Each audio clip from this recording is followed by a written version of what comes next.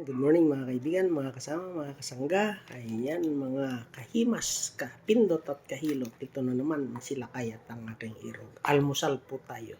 Ayan po ang almusal ni Lakay sa araw na ito. Ayan, adobong panang manok, itlog. Ayan, paksiw na lapu-lapu.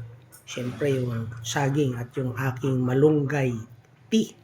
Ayan, healthy food po ito. Loaded ang almusal ni Lakay. Halina't tikman ang mga lutuin ni Lakay sa putahin ng ina mo. Ayan po.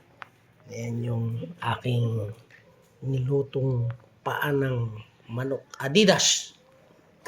Ayan o, talaga naman. So, yan lamang po ang gawain na magsing-iroga paluto-luto pag may time. Ayan, halina't tikman ng mga lutuin ni Lakay sa putahin ng ina mo. Almusal po tayo. Healthy foods. So muli, magandang umaga at naway pagpalain tayo ng buong may kapal. Bye-bye!